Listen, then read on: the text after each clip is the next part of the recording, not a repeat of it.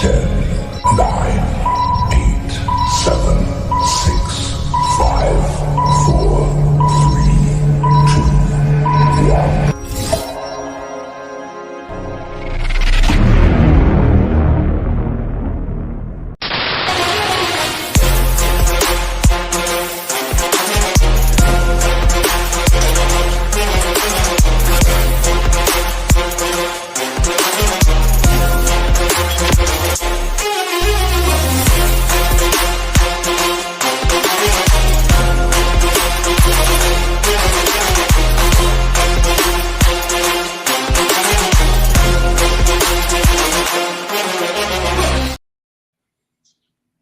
Hey, welcome back, travelers and adventurers, to episode 2 of Quest Through Karn, where we're talking about Dragonlance, the first book, Dragons of Autumn Twilight. I'm not going to go into the whole backstory, but previously on, that's what we were talking about was part 1. We made it to chapter 13, and that's where we're going to carry on. I'm going to introduce the panel. We'll greet people as they pop in. Luckily, we don't have a lot of people here, just one. But first, I got my dude Trev right next to me, and then I got Highbolt Becker below him, and then Comiverse below him. Say hi to Steve real quick. What's up, Steve? Thanks for stopping by, my tab member. So we did finish. We left off at chapter 12, right at chapter 13. I'm going to read a little bio and let's get going. So, chill down, vine bridges, dark water. Riverwind, knowing the land becomes the guide. They head to New Sea with Zaxxaroth before it.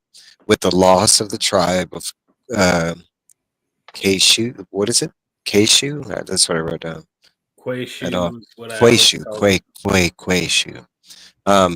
Gold Moon is now chieftain of the tribe because pretty much at this point in the book, two people.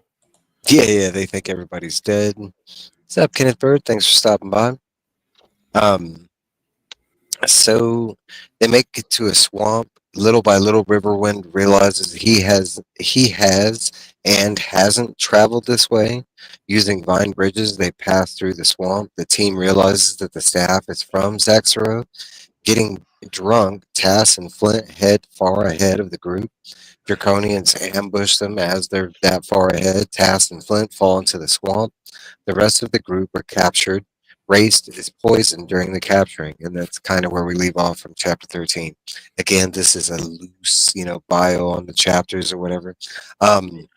One thing I'll admit, this is like an ongoing trend of the book that I generally like, but don't like at the same time. But the every altercation they get into, like Flint is like taken out like almost immediately. There's a couple times where like we get to see Flint in action, like he decapitates one of the Draconians or like, but almost like every single time they really need Flint, he's taken out by none other than, Tass. And he also ends up wet. Like basically every battle they get to, and then Flint gets wet. The ongoing seaman jokes, which I really like, going back and forth from Tass because he's the one getting him wet. And then the whole next day, he's got to be ridiculed by all these like taunts from Tass. Yeah, all right, I'm not sure why Flint hasn't murdered Tasselhoff, and we'll get to it. But later in this book, Tasselhoff like throws things at him. He inadvertently hurts him a lot. Like, I don't know. I should be kind of over it at some point. I did write that down. At this time in the book, by chapter 13, Flint should already have 3 concussions strong. You know what I'm saying? Like, yeah. And we're not even halfway through the book, kind of thing. That no wonder Flint. They had to make somebody a healer in this. Dwarfs got hard heads, man. Well, he had a helmet. He did have a helmet through most of this, So and he loses the helmet, and then he gets another one, and so he does have some protection. And protection, we know, adds to them attributes. I mean, this is coming straight from D&D, and they have high endurance. They even have stone skins, so they can absorb. They do.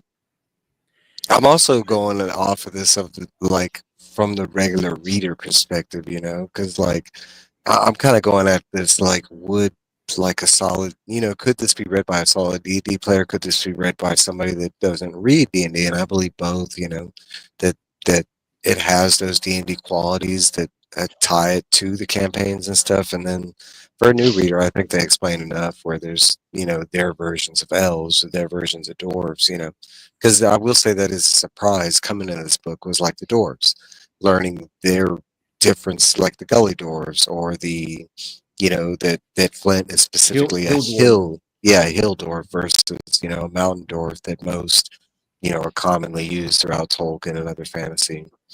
All right, moving along. So we go to chapter 14, Prisoners of the Draconians. Tass and Flint watch as the team gets taken away. Flint loses his helmet and axe when he fell in the swamp. Tass and Flint follow the Draconians and come to a camp. The team is put in a bamboo prison cell. I'd like to note that. We'll come back to that. I saw your face, Mike. The camp is being led by a wicker dragon. It gets better. The Draconians are stupid, apparently. Oh, very stupid. No, even better, because there's I didn't even write this in the bio, but there's that line with the priest and the regular Draconian. He's like, hey, what's up with the dragon? And he's like, all of a sudden it's talking. Can you go get your dude and talk to the dragon? Like the regular Draconians weren't allowed to talk to this wicker thing, which the priest, they kept it in secret to like hold the Draconians at line, but they were that dumb where none of them actually went up and got close to the dragon and looked at it. They're okay. Could tell it was wicker. Right. But, okay, and the thing breathed fire, right? Like, what? I mean, okay. So Tass I'm interested to see the construction of this thing. I would be, and how it didn't just catch on fire every time they lit it, because there's evidence that they lit it before, like. I mean, the Draconians knew that at several different points that the dragon was about to breathe fire, so they've used it before. All right, maybe it's like got a special coating or something. Remember, Tass flew into the. Yeah, okay. The coating is actually made out of an element called Shitty Plot. Shitty Plot. All right, shh. All right, so plaster of shitness. Right. Is being led by the wicker dragon. Tass sneaks into it. Well, I will, personify something. This is our first dragon in the book. This dragon right here? And Tasselhoff hijacks it. So Tass sneaks into the dragon. At the same time, Caramon breaks out of the bamboo prison. Tass, the dragon, calls Caramon forth. Flint sneaks in towards the others and alerts them, tells them what's going on. They plan to, mock fight the dragon so they can grab their stuff and run away. Basically, the dragon. Give them their weapons. Yep, the dragon flees into the bonfire as this happens. Panic ensues. They flee into the woods, barely surviving. Kind of, in the process, it's a big deal of saving Tass out of the dragon once he got in there. What's up, Berdazzle? Thanks for stopping by. What's up, James? Thanks for stopping by. Have a good night at work. So I do have a question related to this, because there is a moment that happens. I don't know. It struck me so off guard, and it's something that the writers, call out because it's so out of character. But it's the moment when Race has been, he's coming out of being poisoned at this time. He is healed, but he's not healed 100% due to him already having the affliction, but he is healed from the poison. Okay, so he turns around, and this is when I think it's the other night, not Caramon. I'm drawing a blank at his name at the moment. Sturm.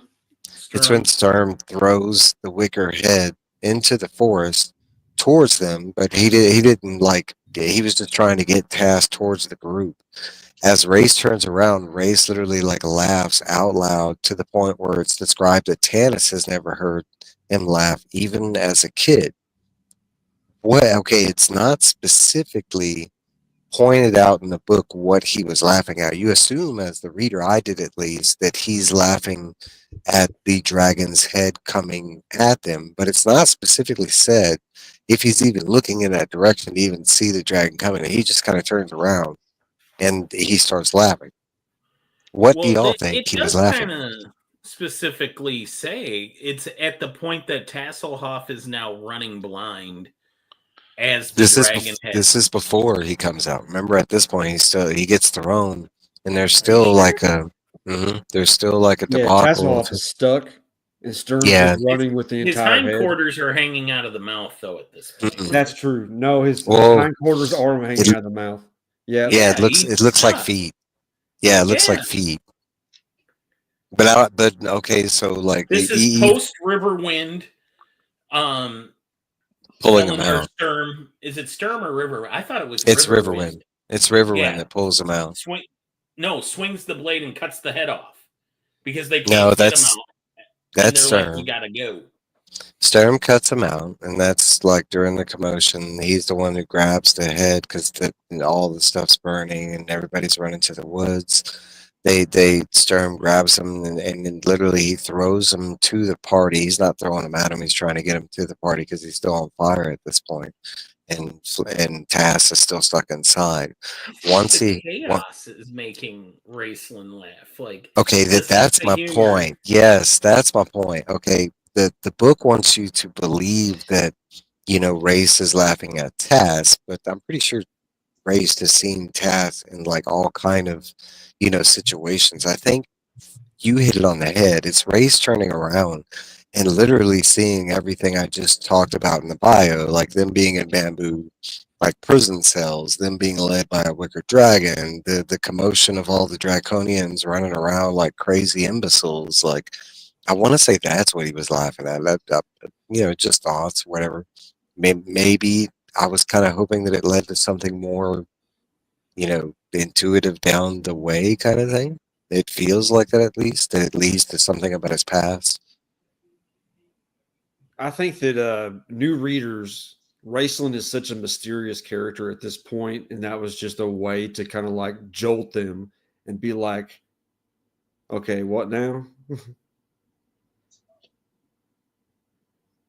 I'll agree 100% because at this time you're still trying to learn. Like I even explained this in the chat that it took me a little bit to, there was two characters. It took a little bit of understanding what the writer was trying to, get you to understand what they look like. And Race was definitely with his gold skin and the hourglass eyes. In my head, it just wasn't like I was more along the lines of picturing like a dark elf or something for some reason. Like, I don't know. It wasn't exactly a human male. I mean, dark elves are, they got gray skin, but. Hey, Mark. Thanks for stopping by. What's up, sleeping? What'd you say? He was of gray skin before? No, I said dark elves are gray skin, but. Yeah. Maybe like a high elf. Right. Tasselhoff was the other one that I just, the whole idea of kinderfolk, but after you learn it's kind of similar to a hobbit, more like I'd say a thinner version of a hobbit. To me, it's more like, if you've ever seen Legend with Tom Cruise, it reminds me of their version of a fairy. When she was in human form, like not flying around, but, when she turned into human, she was a very frail, thin looking human. All right, so. Oh, hey, Carmen. Thanks for stopping by, Carmen. So we're moving on to chapter 15, Escape the Well, Death on Black Wings. I think this by far is one of my favorite chapters in the book. I think this is one of the most read chapters I went back and forth to just because of how it was presented. But Riverwind continues to lead the group, again having to pass through more swamp. During the journey, Riverwind and Tanis exchange friendship pledges. And basically, for those of y'all that don't know, this is like one person that's basically pledging their life for the other person. Tanis kind of comes off a little less so, but it is what it is. Shortly after that, they find a paved street that leads into a courtyard with a well in the middle of the courtyard and old columns around the well. There's also a temple nearby. Goldmoon is instantly drawn to the temple and goes on her own. At the same time, a draconian appears and then jumps down the well. Shortly after, Onyx, which they don't know that's its name, that I forget what, or maybe they do know it by Onyx. I forget. Okay, so clarification for new readers or anybody. Is the name Onyx, or is that what kind of dragon it is? On it, I believe that's the name. Yeah, they didn't because Onyx is the name, but then he had like I forget what it is. I didn't write it down. I should have. That okay, dragons have two names. They have the name that most humans and enemies know, and then they have like their dragon name or whatever. So I think this is, if Yeah, I because remember she right, calls herself something else, right? and I think it starts with an F. I might have wrote it down. We'll get Yeah. there. Hold on. Mhm. I usually tend to write stuff in the bio as it happens in the book. So if I don't get the name at the time, like I got you the know, card somewhere. It has her. It has Onyx on the front, but it has her real name on the back in the And I it'll think bind. the real name starts with an X, maybe, or something like hold on. that. I don't. Well, we'll get Remember. there. I might have. I might because we have more interactions than just this. So I think I do. No, right here, Kith. No, maybe not. I don't know. No, that I ain't wrote. Kith Cannon. No, I wrote down KHI space SANTH. Kith Saneth. Okay, yeah, that sounds better. And I did highlight it, and so that might be her like her dragon name, and then Onyx is like the name that humans and stuff know, or it could be reversed. I forget. Okay, so shortly after Onyx, a black dragon appears and casts darkness, not only blinding herself, but blinding the group that's around the well. She shoots fire down below and burns Riverwind. They find Riverwind mostly burned and barely alive, and that's like a loose description. It's probably one of the more graphic images in the book. So Tanis orders Stern to put him out of his misery before Stern can offer the killing blow, and he does like this whole like sacrificial speech He has before to he say does. a prayer.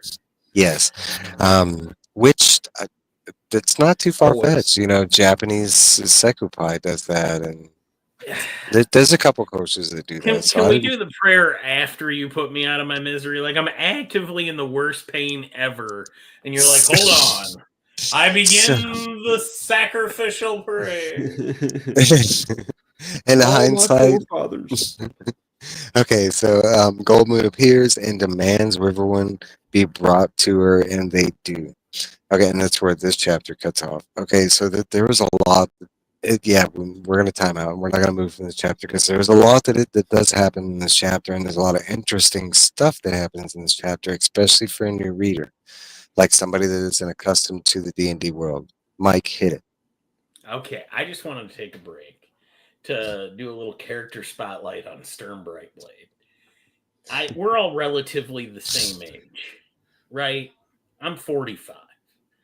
When you were a kid, did anybody ever give you a ticket to a pizza party that when you went to it, it turned out to be at a church? And they tried to like feed you pizza and then talk about God? Has Oh anybody yeah. Yeah, ever been to that yes, Yeah. party? yes, Okay, yes. Sturm is the guy that's holding the pizza party. He's the guy giving Right. out tickets. I like it that in the background, and I haven't touched base with this, but every chance he's reading the canticle. What do they call it? The canticle. The canticle, yeah. Uh-huh. And Yeah. it's basically like the laws of the Knights of Solomon. Yep. He's If just this reading the wasn't propaganda. if this wasn't okay, second edition D&D, he would be the paladin for damn sure. yes, because A okay, at this lawful good time, paladin. yes, with mage restriction, possibly because that's basically what he is like a clerical priest with knighthoodship. You know, he Mhm.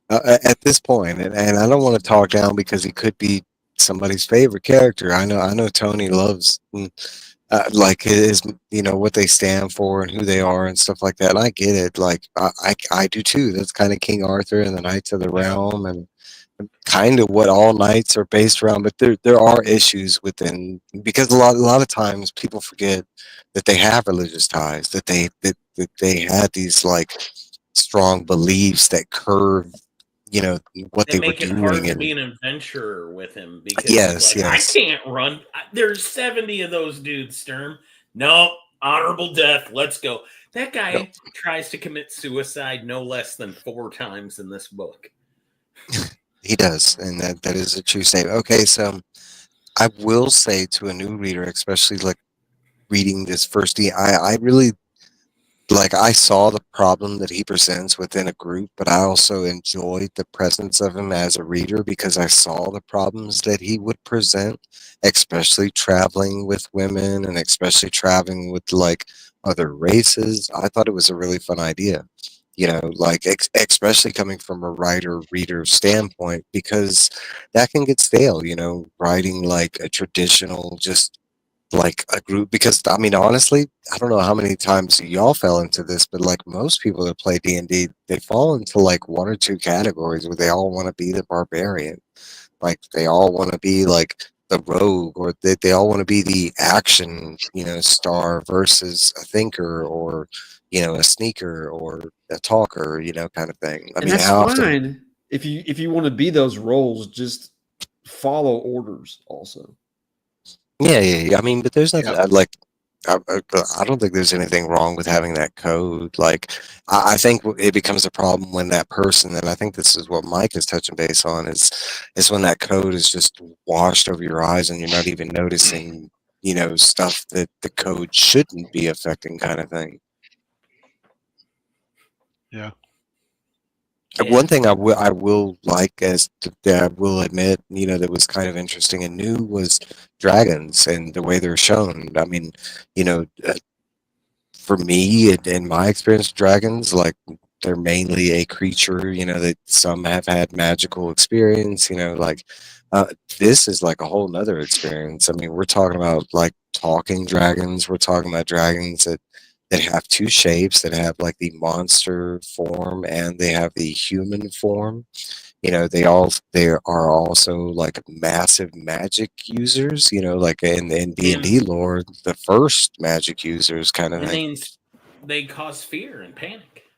That isn't like that right there is a crazy attribute. Like it's new. I mean, it makes 100%. Like, I mean, there's a It reason. exists in other mediums like Lord of the Rings and stuff, but it's But I don't think very it's prevalent. They make focused. sure, Yeah. they make sure it's the focus of dragon fears detrimental. Dragon fear, and also you're pretty much like even Sturm, who is always willing to die. Like we've established that. Like he's down to give his life for this cause, and even he's like, not. They don't really have to talk him into running from this thing, do they? No. Nope. I mean, I could see it both ways. It's good to have a character. Sturm is like, yeah, we need to get around this thing. Like, I mean, I don't want to skip too far ahead, but when the goal becomes getting the discs, everybody kind of accepts, yep, we need to steal these things. We ain't engaging with this thing.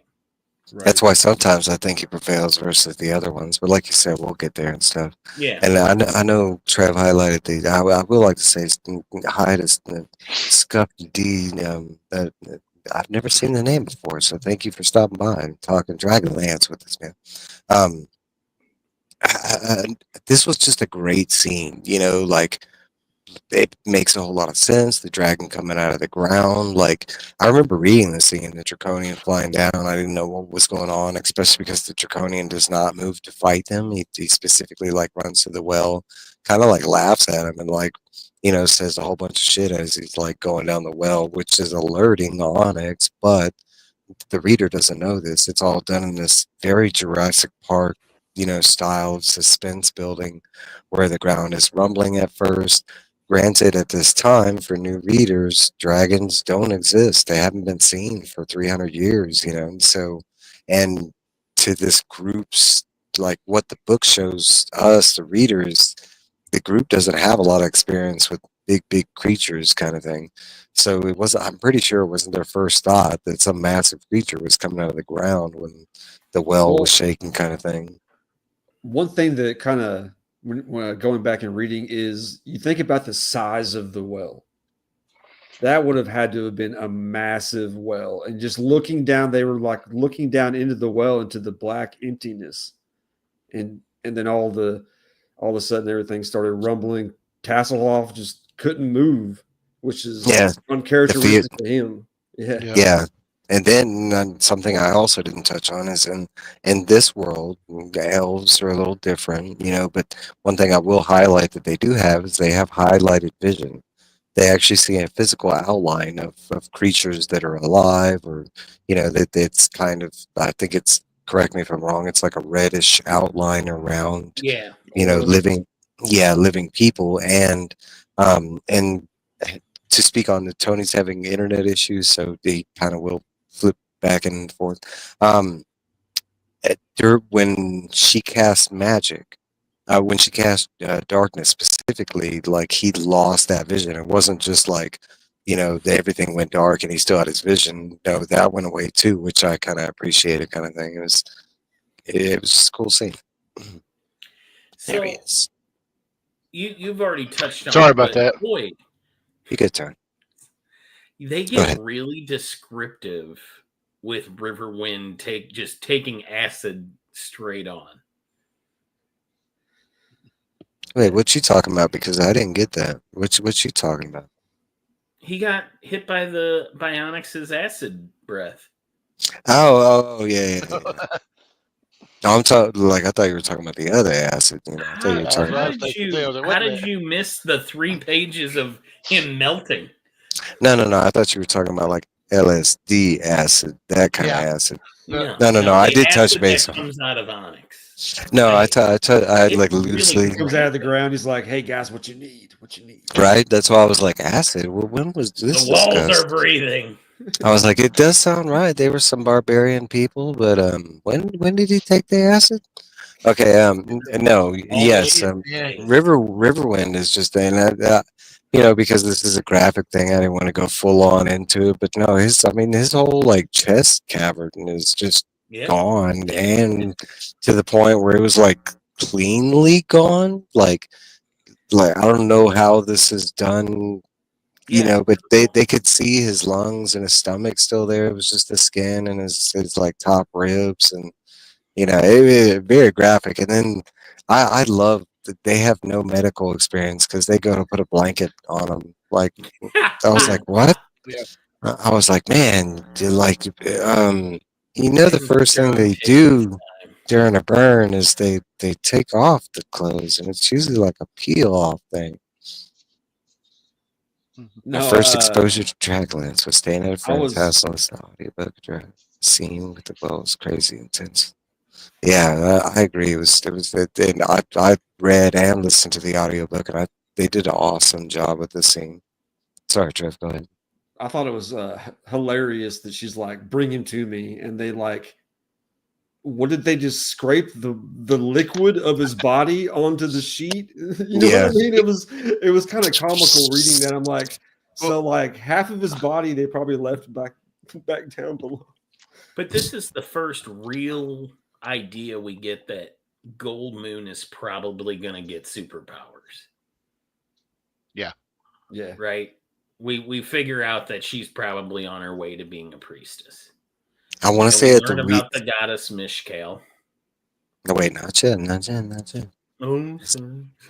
next chapter. I was gonna say at this point. At this point, Riverwind was becoming a real river. River in the pun intended, right? He was just melting away. All right, so 16, a bitter choice, the greatest gift. They take him inside the temple to Goldmoon, as instructed. We learn during the dragon fight, Goldmoon receives the blessings of Mishkal. She is explained by Tearsong, her mother, how and why all lost the gods. Taken to a statue, she puts the staff and receives the blessing and truth. Told to continue down and retrieve the discs of Mishkal, made of platinum, guarded by onyx at below where they are. Present, they bring him further into the. So we jump back to the present. Bring him further into the temple. Goldmoon heals Riverwind. They try to find a way down, and Tass finds a new helm for Flint. They sleep in the temple with a blessing. Let's just say that. And this is basically where we get the whole Mishkal. We get to learn of the new gods. We get the whole healing scene of Riverwind. This kind of like blew my mind, but at like also at a reader standpoint, it kind of like totally killed the like, because I really thought at this moment we were going to lose Riverwind. I thought he was going to die.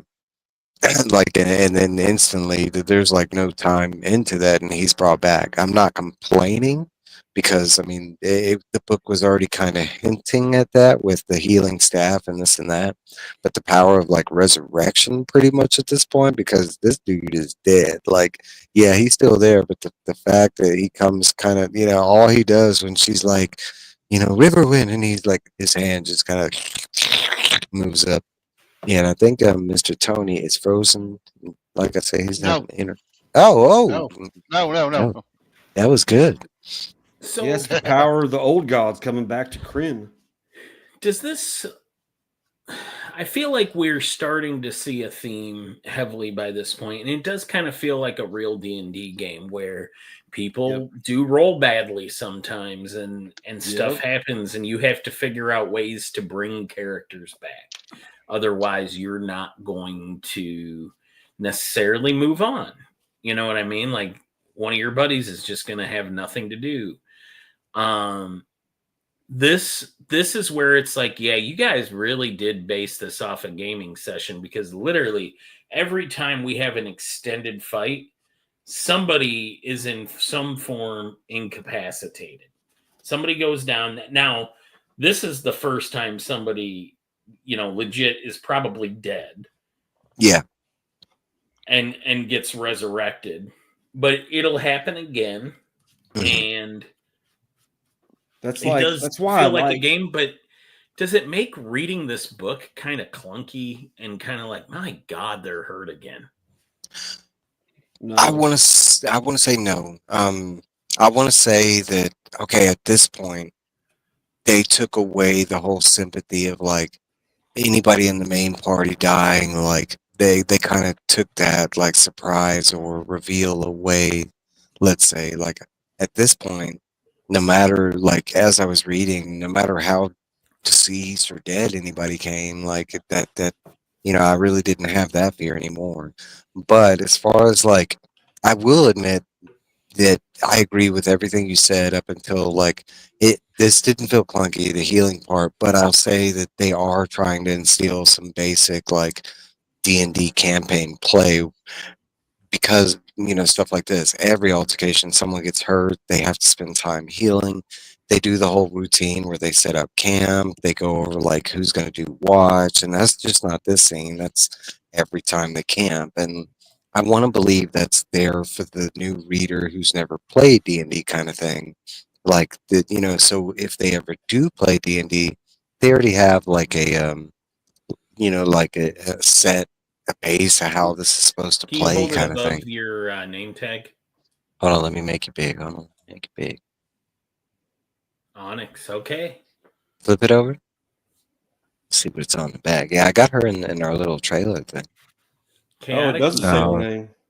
Her name is that Kishari, whatever you said. Tiff. Yeah. It doesn't. Hers is like the weirdest one. Kif Saneth.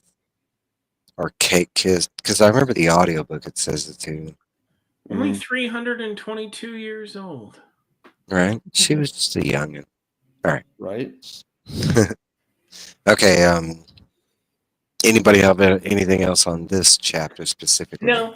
I want to get to the stars of this. I will say, because this is the moment, when she went back with Tear Song and we learned, she got the explanation on why, like, the gods really didn't go away and how the humans lost them, kind of thing. I did like that whole explanation, and it kind of, fits into this whole, like, the backstory with the catalysm and them disappearing. And like, when you hear the explanation and it being that simple, like, yeah, at one time we were here, and then another time you kind of forgot us, and you just never went back and looked for us. Like, it kind of makes sense to a lot of like human history, I guess you can say. Like, I don't know. Yeah, they just give you little bits and pieces of the history of Krynn, I think. And once you get really dig down into it, you understand why the cataclysm happened. And we see this was a great city, and, is part of the whole it's not Istar that got the mountain dropped on it, but it suffered the fallout of, you know, a mountain dropping on the continent. And I think the best explanation we get for the cataclysm is actually yet to come. But I am gonna skip ahead to it and just I'm not gonna say who said the quote, but how does he say it? It's they asked for what was given to Huma out of humility, out of arrogance. They asked for the gifts that Huma was given when Huma got it for being, you know, out of humility, but their arrogance, they demanded it, you know. Yeah. And that's where Tony talked about that guy last time. Yeah. Yeah. It's the best explanation for the cataclysm, though. Humanity got cocky. Yep. And they said, you know what, gods? We're going to need more. We want to be... Yeah, and the gods were like, I'll give you more. I'll give you a freaking mountain. They started worshiping themselves, basically. It's one guy. Yeah, another... okay, let's move along, because we got some good stuff coming. But there's great descriptions of, like, what this city used to be. There is, and that's coming up. That's why I want to get here. So we got the Path of the Dead, Raceland's new friends. Race and his magic brew, and for context, Race at this time has been drinking a concoction of his own making that is kind of healing him, but let's just leave it at that. It's more like a antiseptic. You know, it's not really healing him, but the coughing. It's a lozenge at this point. You know. Hey, Cherokee girl, thanks for stopping by. And they make sure you know that it smells bad. Yes, yes, and the goblins. So the group heads further down to Zaxxaroth, traveling down the Path of the Dead stairwell, which is the Path of the Dead. It's just a massive stairwell. We learn more about Race and Caramon. Traveling further down, they eventually run into groups of gully doors and a massive lift system. We learn the gullies are slaves to Onyx and the Draconians. They're mining steel for them. Race eventually casts a spell in the gullies, a friendship spell, uses the gullies to lead them down. We also learn that Flint was enslaved by gully dwarfs for a good period during his 5 years. We get a rough scene with jealous gullies. They basically start fighting. The spell goes backwards, and one appears and becomes Race's main gully, named Boopoo. The group gets... I love Boopoo. The group gets a brief rundown of the lifts. Gullies go down. Bosses come up. She will take him to the Great High Bowl with a plan. They head to the lift, and that's where this one cuts off. Gully dwarfs are also known as Agar, their technical term kind of thing. I do have questions related to this because we got into some places during the book. Again, this is a rough thing, but we learned some stuff during this chapter, and one of those things is about honor when it comes up to Caramon. Okay, so define your version of honor. Why, after Caramon testifies that Race test was all on the up and up, does Caramon not apologize to both brothers? I mean, does Sturm not apologize to both brothers? During this conversation, but at this time in the book, it's come up, like, I want to say 3 or 4 times about Race allegiance, his appearance, and what he had to do during his test. And at this point, Caramon finally comes to Race's defense, and he tells him that he was there during the whole trial, and he didn't have to do anything evil or bad. No. Everything was on the up and up. Well, you know, that's said in a nutshell. Okay, but at this point, my version of honor, and I'm pretty sure a lot of other people's, versions of honor, I mean, there would be an immediate apology after you learn something that you've been accusing somebody of, especially as knighthood goes, You're talking... Does Sturm accept this answer? I think he knows Caramon's a bit of a bullshitter. He grew up with this guy. He knows his tells. Let's put it this way. Caramon is not smart enough to really exercise the level of guile that this or deceit story. Yeah, he's not the guy that's going to trick you. I think Sturm's calling bullshit on him with his refusal to apologize. Well, that's where I was going with this, because that Sturm does that whole thing right after he gets the explanation that everything was on the up and up, and he kind of does that all like, like, you know, that kind of like, I believe you kind of thing. Now, do you want to come to my pizza party? Yeah. So I got this book over here called The Canticle. Do you know about Huma? So I do have another question related to this chapter. So we get one of my favorite things, and Boo-Poo, right? And we get her math. We get her math system. Was Boo-Poo's math correct? And one. No more than two. No more than two. So was her math correct? And not just on this occasion, throughout the whole book. And why I'm asking this question, because Tass has a tendency to, every time she goes extra special, like her magic occasion, her math, he likes to say that, that she's either not in the right or she doesn't know what she's talking about. But it, you know, like in this occasion, it does turn out to be true, right? There is two bosses in Zaxxer. There's Onyx and there's the Highbolt. Like, I have a question for you guys. I would like to go around. Flint and Tasselhoff are two of the most critical of Boo-Poo. Everybody kind of craps on Boo-Poo, but the biggest critics are Flint and Tass, right? Okay, would each of you take a minute? We can start with Tony. Would you rank the usefulness of a character in this adventure, this part of the adventure of Zaxxer, Boo-Poo, Tass, and Flint? Who are the most useful? Rank them in the order of most useful to least useful. I would say Boo-Poo, then Flint, then Tass. I would agree with that list. Boo-Poo lives there, and we know Flint was a prisoner of the Gully Doors, but we don't know where he was. He could have been there. I just more mean like what they contribute. Boo-Poo comes through on no less than 3 occasions. Yep, 1 + 1 + 1 + 1 + 1 + 1 + 1, 3.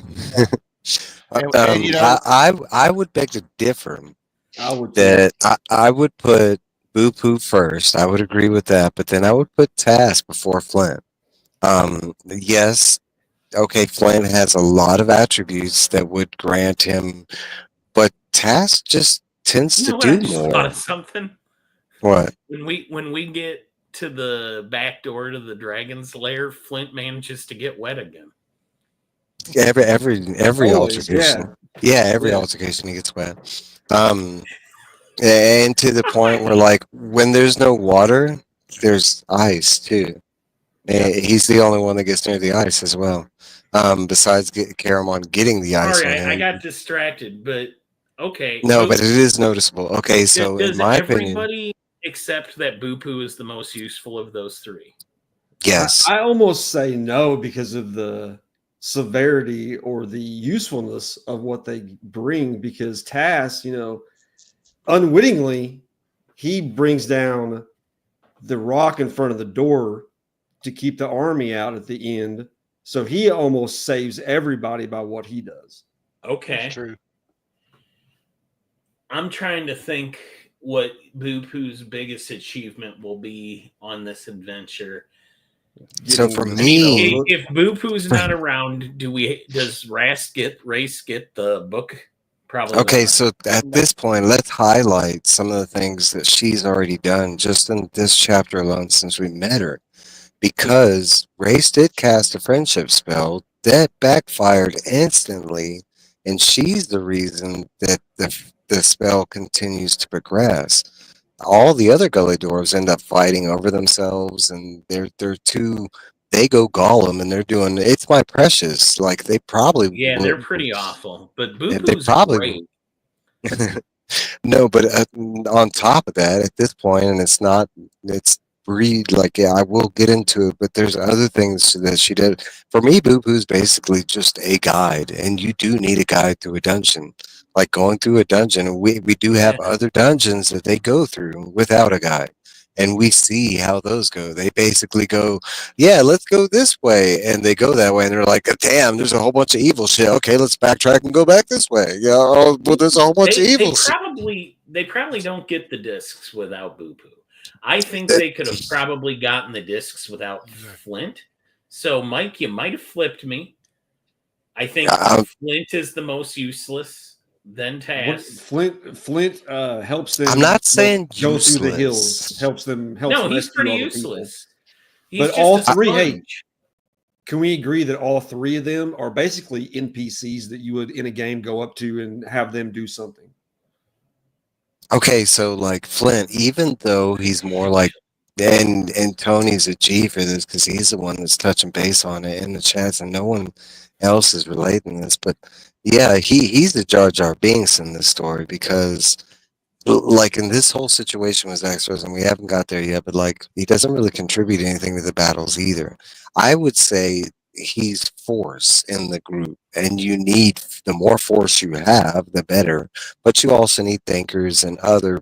There's never like, having a seven. I mean, there's different betters and negatives to having like, Panis, a big Sturm, Karaman. So Flint is like the fifth most useful fighter they have. Well, he doesn't want to be there. He's retired. He's the oldest of the group. Yeah, he's the Murtaugh. He's too old for this shit. And then he gets granted, I don't think his usefulness is portrayed as much as in like future chapters, because he does play a bigger role as we get to certain places like that. Without having him in the group, I think the group would have suffered, especially the leader, and specifically. So I just think it's just, I want to say at this time in the book, it's more like they're kind of focusing on certain members of the party to shine versus other ones. Mm-hmm. Yeah. All right. But so if you think they're chaos now, just wait till Flint and Tass get a dragon, Mike. Yeah. Oh, I like that. Okay. All right. So fight at the lift, Boo Boo's cure for a cough. The group kills some draconians. They board the lift down. Tanis is injured during the fight. Gold Moon heals Tanis. Boo Boo leads the group using secret doors, eventually to an algae-lined tunnel. Boo Boo also gives Raceland an emerald and also offers a dead lizard for a cure for the cough. The tunnel drops out to be a bakery storeroom full of flour. They make their way out of the bakery storeroom, and that's where this chapter leaves off. And this is kind of the question I was, asked before. At this point, with Boo Boo's magic and Boo Boo's like numbers, this is another occasion when Tass explains all Boo Boo's magic with real explanations. But can Boo Boo cast magic? Even though that, Tass goes to Race and he tells Race that, hey, I saw her like do this little like trick and stuff, and she just had the rat in her hand. Translations, I made my save. Right, but I noticed what she was doing. But or my is it possible check or an intelligence check? That Boo Boo actually knows like low level magic, and that's one of the because she was a boss, and that's not said. She was like higher than the other like gully doors around her, and it's people who know people. Yeah, and it's because she carries that bag. Well, and it's partial to what's in that bag, and then her relation to the high bulb. And okay, so like there's two occasions where she demonstrates that she might have like maybe not sorcerer or magic user abilities, but apothecary abilities, because she offers like the lizard to Race for the cough, like, and she gets not just once and not just twice, but and it's actually like noted that the gully doors find it weird that he's not taking, it's not just something that she's giving him. There's other moments. That useless emerald, just a pretty rock. Oh yeah, the emerald. Actually, the emeralds explained to be something of value because not just he wants it, but Tass wants it too, and emeralds do play a bigger part, as we're going further into the story. But what do y'all think? I mean, I want to say that Boo Poo actually has low level magic abilities. Like she literally magicked that door open, and Tass is just a rat ass bastard that's like, screw Boo Poo, I'm your favorite race. That's what I'm seeing. Race to see that was like a difficulty of 10 or something, because she can fool all the stupid gully dwarves, but which I think he almost. So let me twist. Tell her that. Let me twist that he saw it because he does that shit himself. Well, let me twist your thinking. Earlier. That's right. Let me twist your thinking on that, because there's two different moments in the book when another door is opened with a person using magical abilities, and Race knows instantly and confirms to others that they're using magical abilities. How come in this situation, Tass feels like it's imperative to tell Race that she wasn't using magic? Like, wouldn't have Race have known? I think they're using Tass as part of the illustration that Boo Poo is kind of ridiculous. Like, it's comical. She may be useful, but she's also a gully dwarf at heart, and she's made incorrect correlations between holding a rat and accidentally tripping a secret wall panel. You think she was just trying to impress her master? You that gully dwarves are not, even the smartest gully dwarf is still dumb. Well, they do demonstrate that, but they do demonstrate that there's a lot of intelligence within the gully doors, and we'll get there too. Has everybody DM'd before here? Who's DM'd? Okay, everybody. So whoever's playing Raced is that guy, and every group's got one where he constantly wants to say, "Hey, I need to make a check for this." Because I've read a lot of books, and I think I would know the history of this part of the city. And because you remember where he's like, I read a lot of books he does about this city. Okay, that's specifically when that past comes out about Race trials with Stern. Because he keeps mentioning that he knows about Zach's He knows where they're at, and he's like, and he's like, "Oh, when did you learn?" He's like, "Well, when did you learn this? During your evil, ways? While we were out adventuring, you were over there, like." And that's when Beckermin kind of butts forth, and he's like, "Nah, he was up there like doing the good thing, And he's like, yes." Mm-hmm. Yeah, he makes them believe that he reads a lot of books, but he actually read all about that because of something that was there that he heard about. Yeah, we find out the book. Yeah, we're getting there. He always has his own reasons. But he's that guy that constantly is like, well, I'm from Waterdeep, so I think I would know about this, and I want to make a check. I could creep around because I just know the dungeon. And the DM, if you're DMing and you have this player, you kind of, after like the 7th check, you're getting a little tired of his shit, right? Yeah. You're just letting them. You just you got it. Okay. Yeah, you want to just read my whole adventure I have planned for you? Right. I'll just pass the module over to you. Where you want to go? All right. So 19, the Broken City, High Bulb. What is it? Fatty the First. Correct? Is it Fatty? High Bulb. Yeah, I wrote down. It's High Bulb Fatty the First. I don't remember. It's PHA. No. Fudge. I might have wrote. It's Fudge. Oh, Fudge. It High is Bulb, Fudge. The First. The First. That's what it is. I'm sorry. I knew I was reading it wrong when I wrote bad. I like Fatty better. Fatty the First. Right. That's what I was like. That doesn't sound right. You need to respect the title. I do like High Bulb. Okay. So, brief explanation on Zach's Road. The Great. This is where we get a.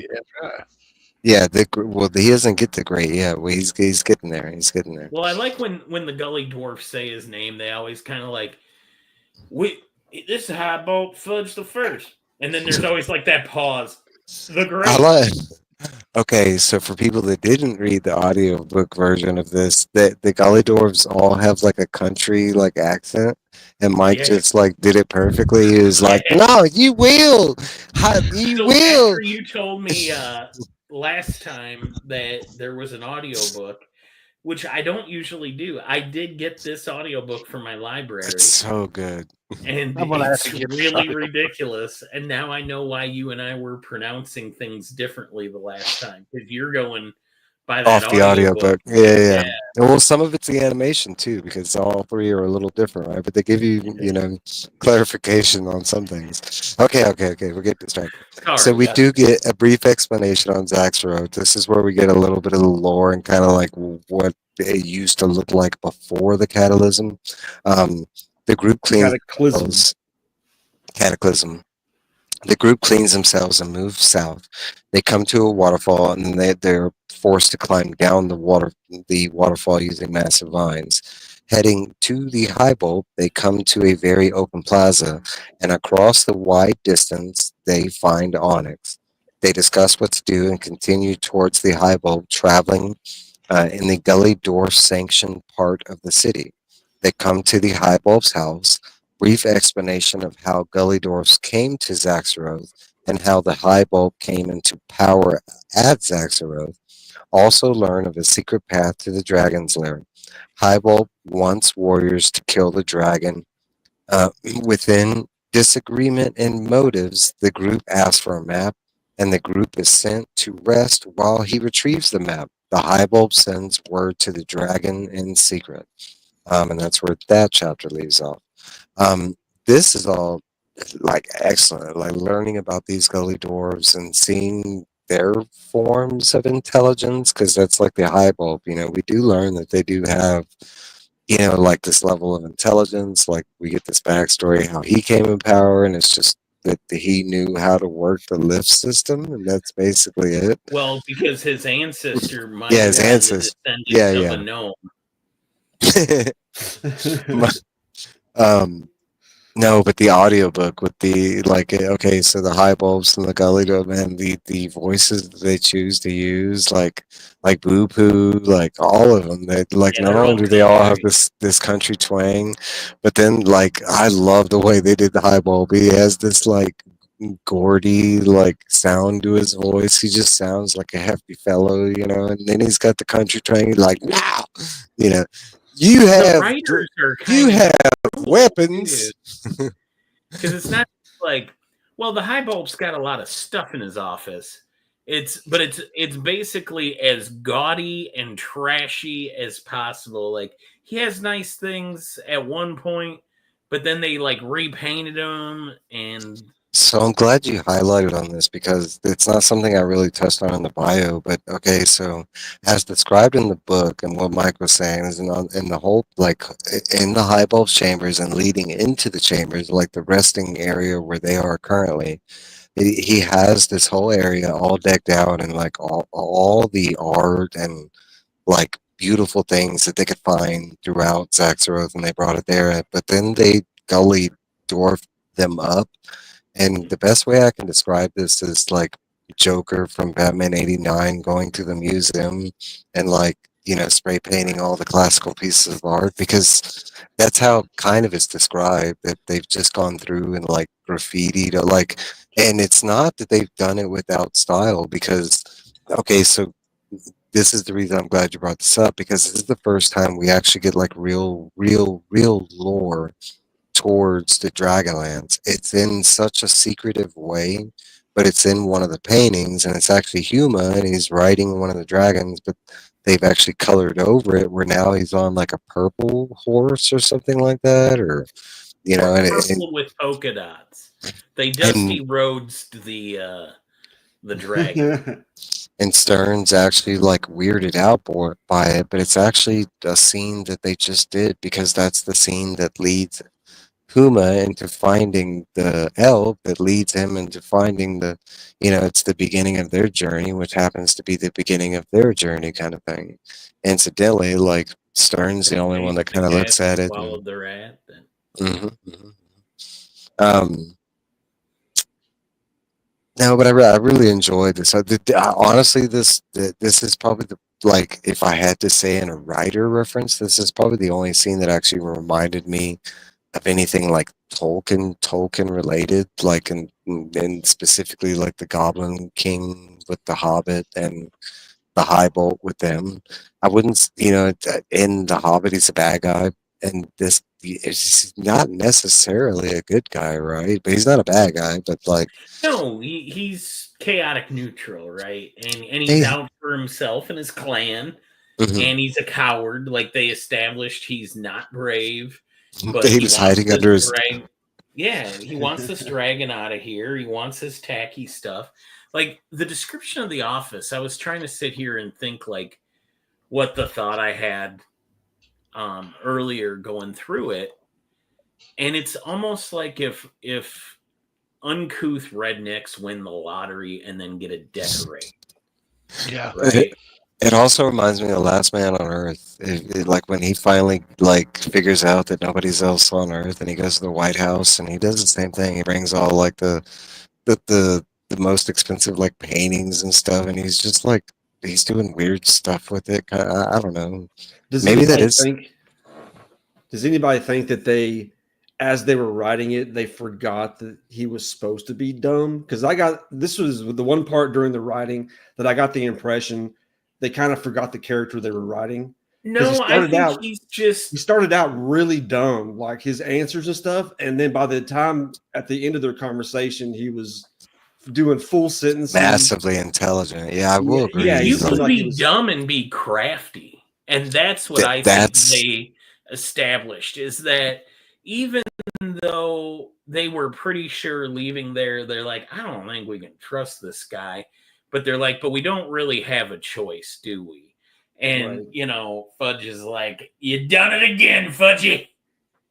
I want to say I agree with Mike. Like, and I did get that, but by the time you get just to the whole. Not necessarily his intelligence, but just his sentence structure changed drastically.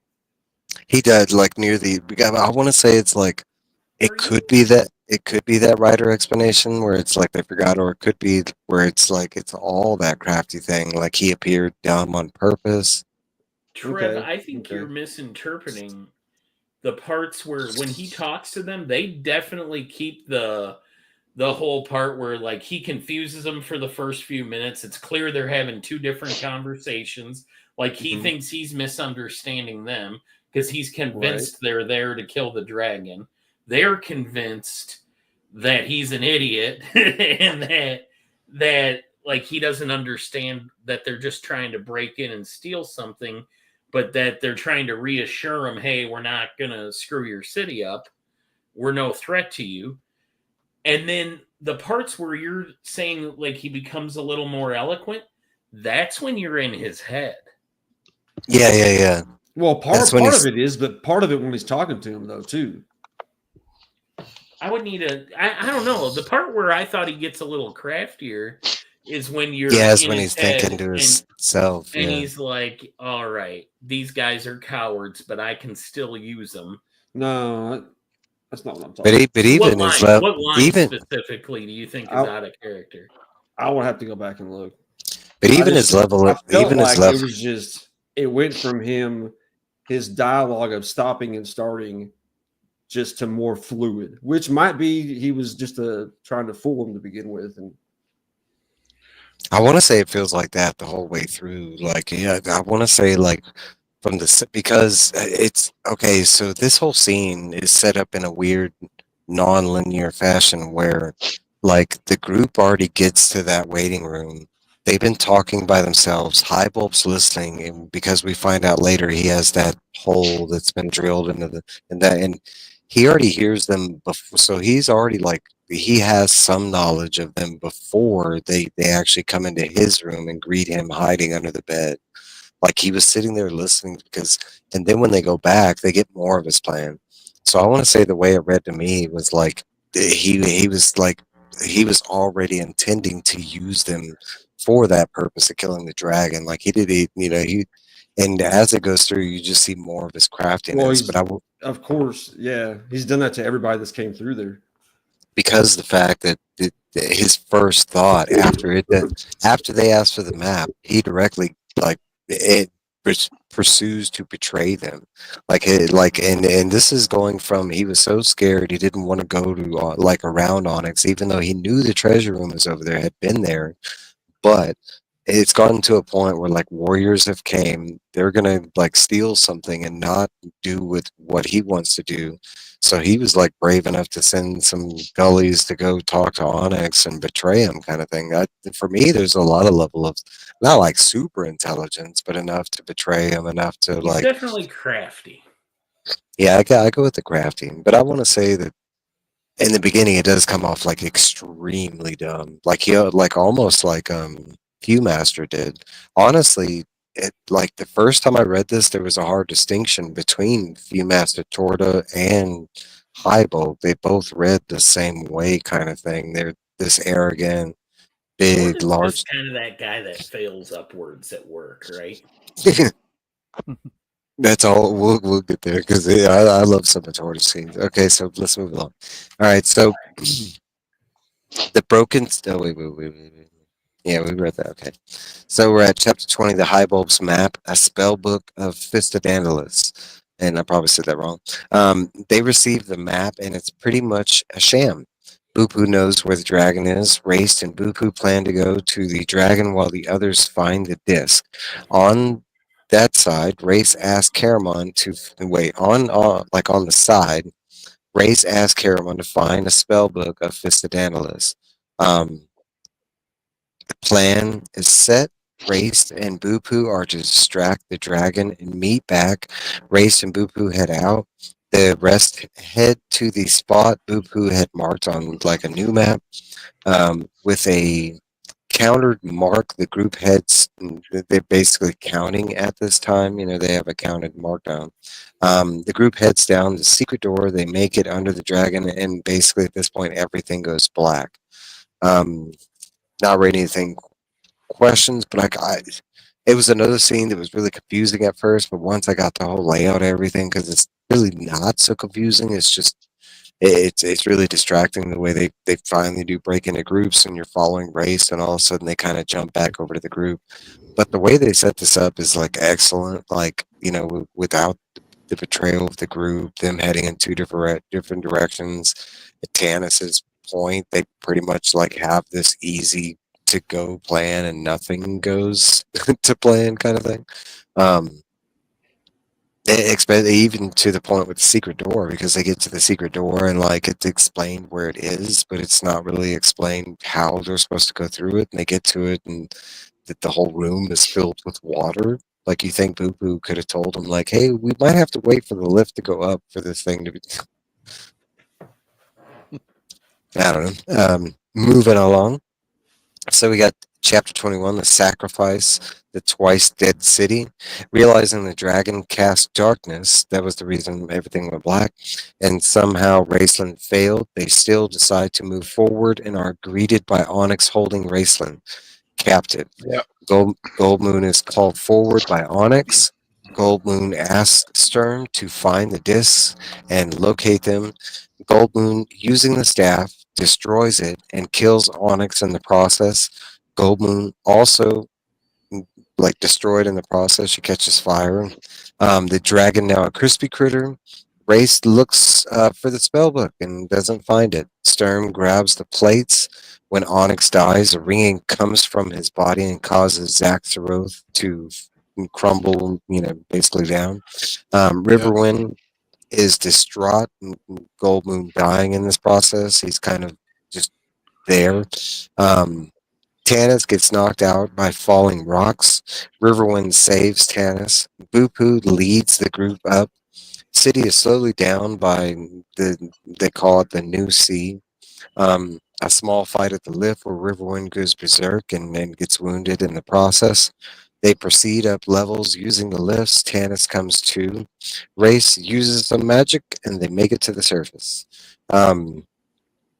This whole part was just excellent, and it's got some hiccups, but I love this whole scene, how it goes down, the whole play out with Onyx and Gold Moon, and raised, and I mean, there's so many things in this part to love, like Boo Boo again coming to the rise and being like, "Hey, we need to go this way. I can get us out," kind of thing.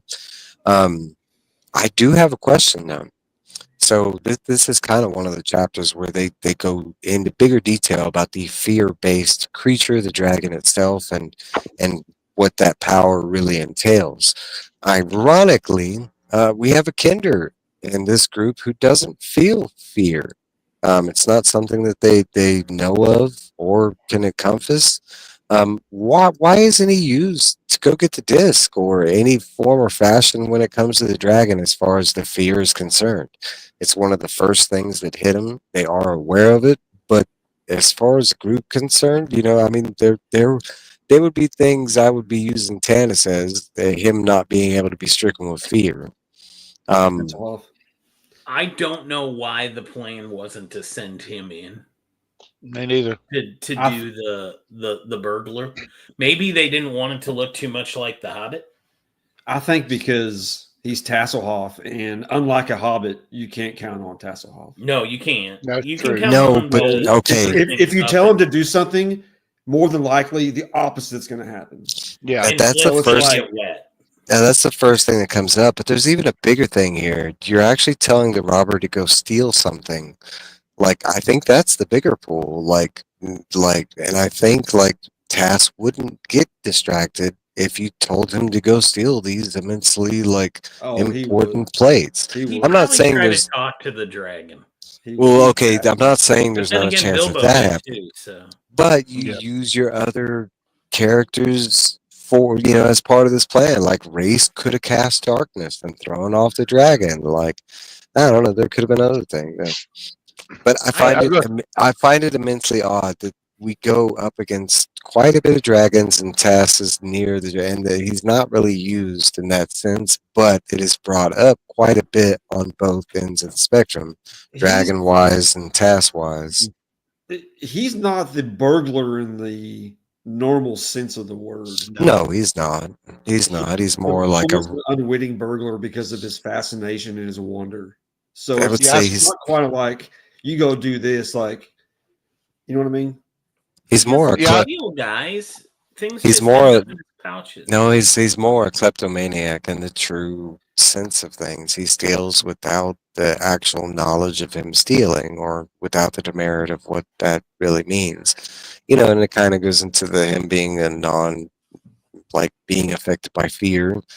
He wouldn't have that morality pull on, and it's kind of like talking about Deadpool or something like that. There's some things that those morality levels lose. That's why I find it. Go ahead, Vic. I was going to. Go ahead. I was going to say, Tasselhoff's fascination with possibly meeting a dragon for the first time would be kind of like Spider-Man's fascination when he fought the Winter Soldier in Civil War. You got a metal arm? That is so cool. Right. But would that thought be there? I don't know if Tanis would think that far through.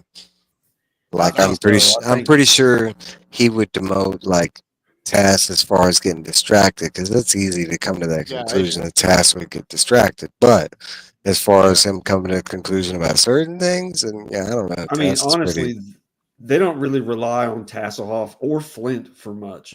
No, they don't. Like as far as relying on them in the group. Trev, you showed us a card earlier for Onyx, and it made a lot of sense to me because on the card it said intelligence was a 9. And now I feel better about something that had actually bothered me when I reread this, because it's been a couple of years. And, this book lives really hard in my nostalgia, but, as you reread it as an adult, you're kind of you notice some more things.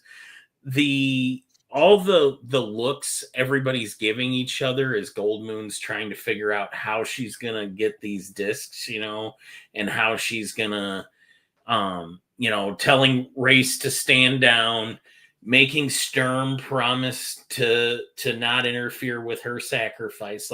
She's planning on literally going down swinging. Yeah.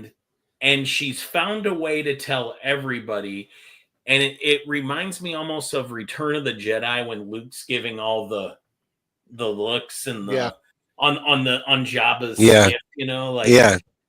and the head nodding, and it's like, is nobody else noticing this? Like, and I, Okay, so you know, rereading it, I'm like, how is this dragon not picked up on the fact that they're all just staring at each other, going, mhm, I mhm, got it. Yeah. smiling, nodding. The dragon's probably like, what are with these people? Like, how did I not kill you? Well, I mean- explains it.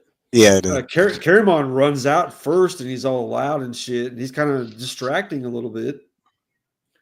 Leave my brother. it is true. It is true. He's having to be held back, so maybe, you know. Oh, I do have a question related to this, you know, specifically now that you brought that up, because, you know, during the scene, the staff, you know, before had caused Ray's pain, right? He couldn't touch it, and there was this whole, like, explanation of alignment. Okay, and then right now in this scene, the staff is broken on Onyx's hand, his talon specifically, that's holding Raceland.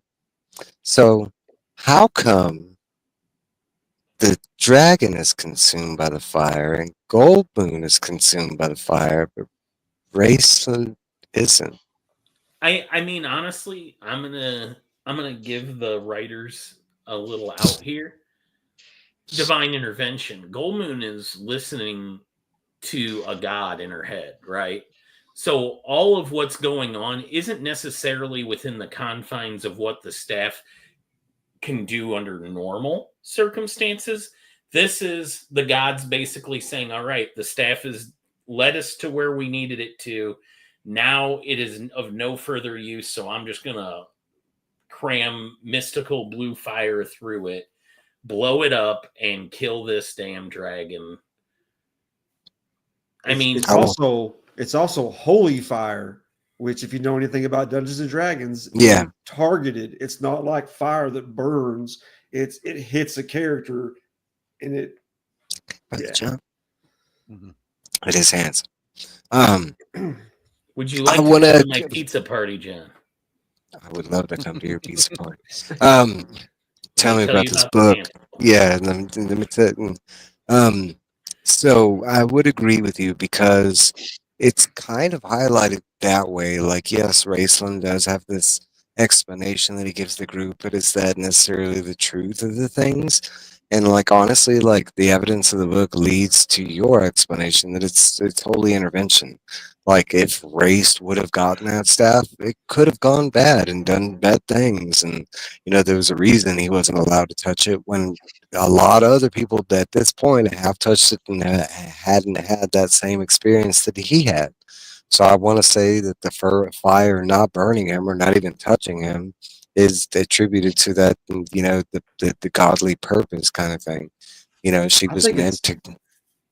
I think it has go to ahead. do with you have to be worthy, almost like the hammer, and it can't really heal him, but it's not necessarily going to damage him if somebody is worthy that's wielding He it. wasn't God's target.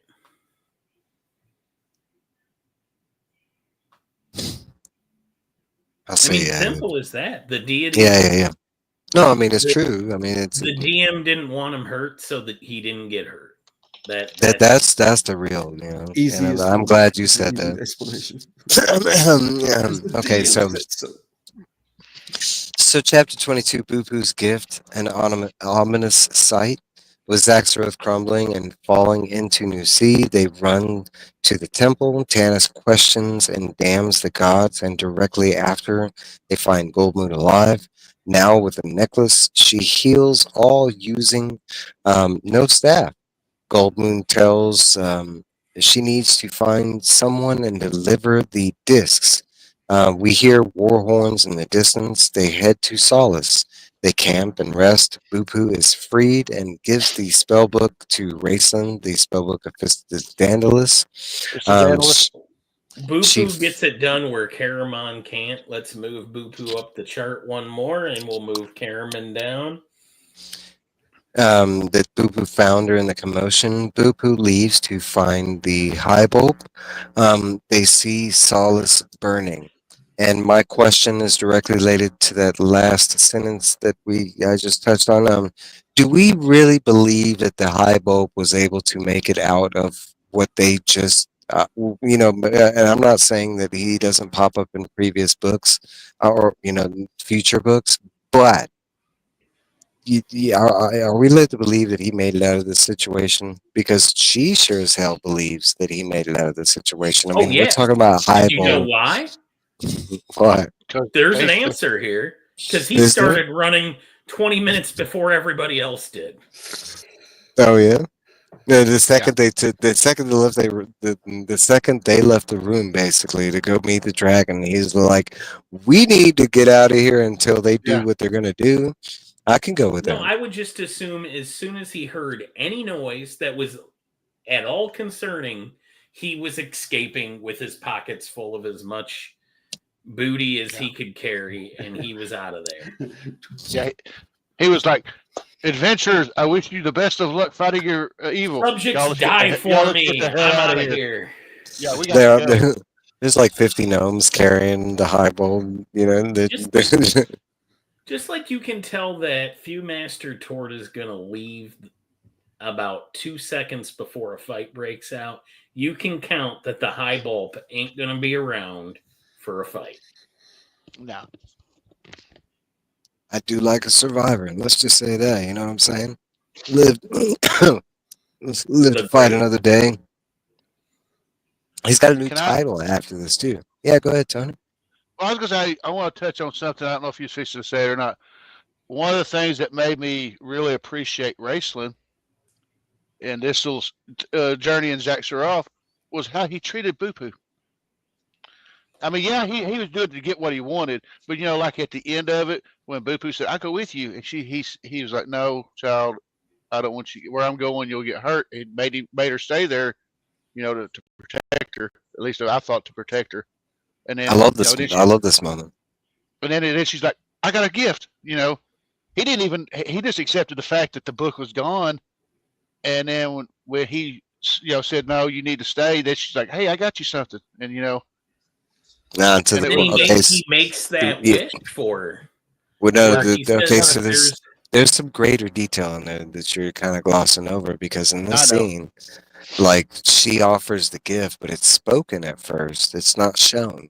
And at first, due to her other gifts that he had seen, he was like, no, I don't know, I'm good on another gift. And then she pulls out this, spell book of Vandalus, and he's like, oh, what the hell? How did you even get that? Like, because, okay, so granted, during the whole commotion with the dragon, it's not really explained where Buku is.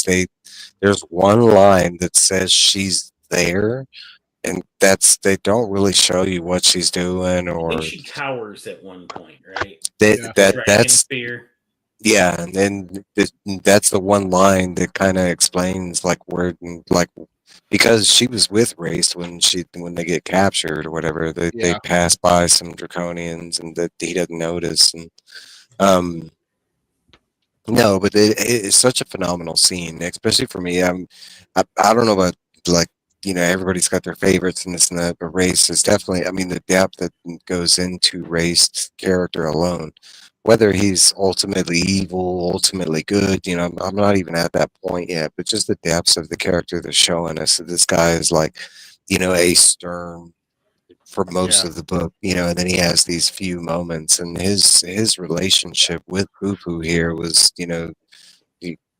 why he's kind of top of my list. She was useful to him. He legitimately, because like he said, he knows at this point, there have been hints that there's a voice within him that seems to come from without, right? From outside of himself. There is a voice that appears like when the dragon is threatening to kill him, and he's like, all right, I'm just going to go out in a blaze of glory, because I'm not going to be this pathetic creature. I can't, my pride won't let me die without the voice. The voice even tells him that he's better than that he's, right. The voice is reasoning with him, but he makes a plea to the voice, and he's like, I don't know if there's a God out there listening, But whatever is out here, whatever I can communicate with right now, please just let this gully dwarf have a happy life. Like, Yeah. It was honestly one of my favorite parts during this whole thing because at this point we are suffering, you know, the hint of death and morality and stuff like that. Yes, people can get healed and stuff like that, but at the same time, I mean, there are casualties in the background. There had to be during this Axero situation. Bad guy Draconians died. Some of the gully doors, I'm pretty sure, perished. Kind of thing. Um, especially the way the lift system like operated, and that was kind of the only up and down that was explained to the reader. That doesn't necessarily say that was the only, that there you can always write in like, oh, there was back stairwells, and no, but I did love that whole like this scene with Boo crying in the middle of the night, the whole group being asleep, and basically it's just us, the reader, raised and Boo, and he actually, I mean, because he could have done a whole bunch of different stuff, and then granted with Boo-Poo's gift, it's not something that's requested of her, it's not something that's demanded or related to the spell. It's just something that she does, you know, in the kindness of her heart under the friendship spell kind of thing. I don't know. It's great. Moving along. We are technically at book 2. Halfway through, we had Night of the Dragons. Back in Solace with Tika and Otik, the Night of the Dragons happens. 5 dragons come from the north, heading south, and burn all except the inn of the last home, a blacksmith shop, and a general store. Are basically all that's left. 1 week later, the High Seeker is first sent to the slave mines. The inn is put on the ground by a dragon. Now Dracos run Solace. That's first chapter of book 2. We get chapter 2, the stranger captured, still at the inn, and now crowded. Stranger in one corner, and our group appears. Excuse me. Tika plays off so Draconians don't get wise to the group, that she has basically knows the group and blah, blah, blah. Most in the area are enslaved, talks of elves, saying some of the strangers revealed to be an elf and the Draconians try to capture him. The group fight an all-out, basically battle in the bar, but Viewmaster Torta appears and arrests them. Race cast a mock spell on their gear, protecting the staff and all their gear. The elf is revealed to be Galthanus? Somebody correct me? Gilthanus? Gilthanus? Gilthanus. Something like that. Tanis informed the group not to fight and are captured and are taken to Pax Starkus. And I will highlight the whole Caterpillus thing, the mock spell that he puts on it, because the Caterpillus thing is brought up like on both sides, like to the fact that the Viewmaster Torta is like imagining the thing, giving it weight, Gilthanus. Gilthanus. No. Gilthanus, yeah. And then Karen fails his intelligence check and also gets lured in by the hustle. Yeah, he's like, I like how you put a spell on our stuff, brother. That's a pretty handy spell, brother. Yeah, he's like, shut your trap, bitch. No,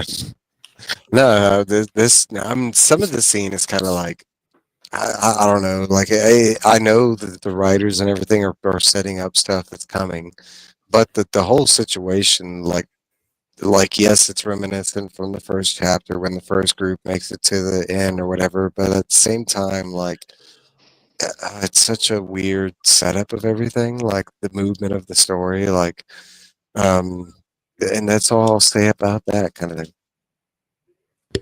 So, chapter 3, the slave caravan, a strange old magician. The group is put into pulled cart cages and taken to Pax Darkus by Viewmaster Torta with a small draconian army and some hobgoblins thrown in the mix. A slave caravan, 3 carts total. Caravan encounters Theros Ironfield, He is the caravan. He is basically injured and captured. He's missing an Well, they're arm at this sitting point. out overnight. They're waiting in they get captured in Solace. Mhm. And- And he kind of comes out of the woods or whatever, injured. Well, no, he's been captured and betrayed, and Oh, that's what it is. yeah. He's injured and captured. So and a they friend, hear a scream, and Viewmaster Torta says, "This is what happens when you don't fall in line." Kind of. yeah, when you mess with us. A friend of the elves, we meet, probably Geston? No, Seston. A gully dwarf, dressed like a hobgoblin. Or Cestus? Seston. Uncle Cestus. He has a very strange name. Sestun. Seston. Ceston. Uncle But he is a gully dwarf that's dressed like one of the hobgoblins, who is in charge of the elks that pull the carts. Theros is cured by Goldmoon in front of Gilthanus. They reach the gateway, and it is basically burned to the ground. They travel on. Both Theros and Race get sicker and need help. Tika helps Goldmoon, and we learn Tika's father is the reason Race learns magic. Stern gets depressed. Talk of Qualinesti. I'm probably saying that wrong too. Qualinesti. Qualinesti. We learn Tanis is half brother to Gilthanus. Both, but due to half elf, Tanis leaves Elfland. It's kind of like a backstory. Go for it. Adopted brother, because remember they're not blood related. Gilthanus's uncle was the husband of Tanis's mother, who was raped by a human. Mm-hmm. So no blood relation. Yeah. Really important to remember. Thank you for that. But due to him being a half elf, basically, like Tanis is forced to leave Qualinesti, or he chooses to leave. But okay, so 3 days in, they find a new prisoner, Fizban, an old man. Fizban thinks Goldmoon is mistakes her for Mishkyle. Fizban heals Raceland to a degree. When he sees Fizban, Raceland is scared in terror. And that's where this chapter leaves off. And so I have right here one question related to this. Race health is supposed to be uncurable, but we see proof otherwise. Fizban heals his cough through beliefs alone. It's not really shown that he heals him with a spell, even though there are words that are said. But it's also said that it's not like magic that he does. He just basically kind of says some words, and we hear like it's not his time.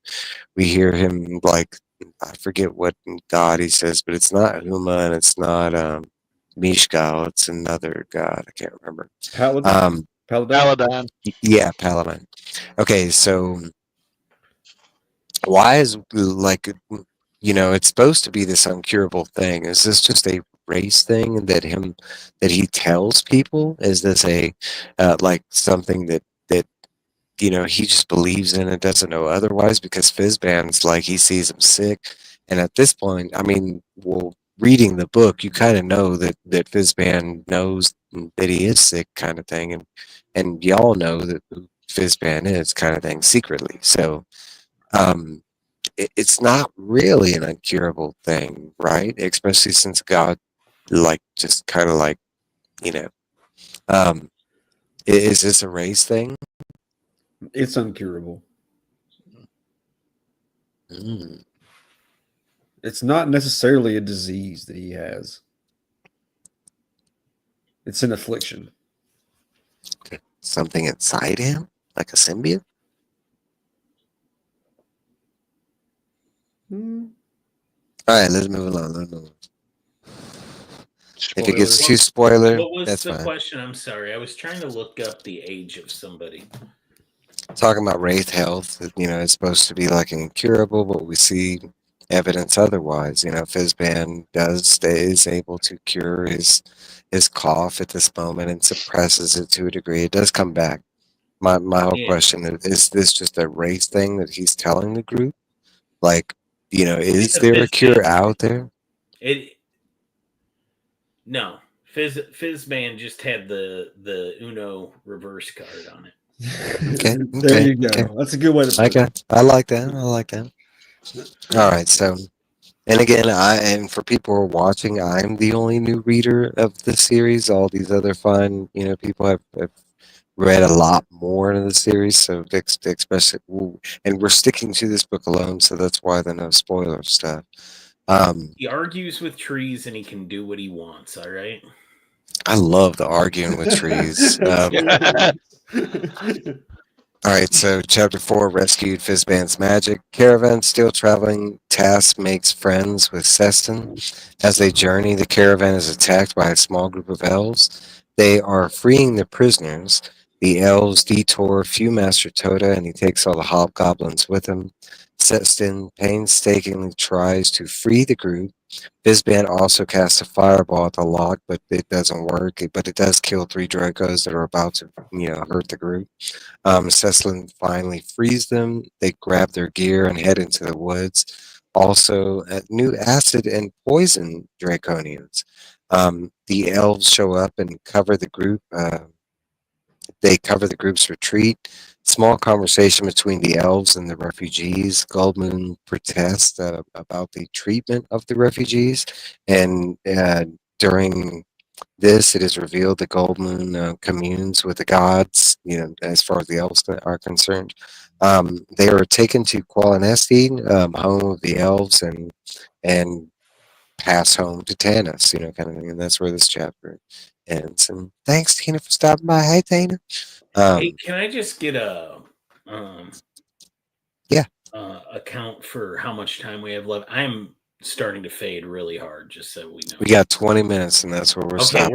We're gonna do 2 hours. Yeah, we're doing 2 hours, and that's I it. don't know what the format is, so I really thought we were gonna get through this book, and I've tried to shut up more. Hey, I think we're doing a great job, and I think this episode was fantastic so We're far. gonna have one more, I think.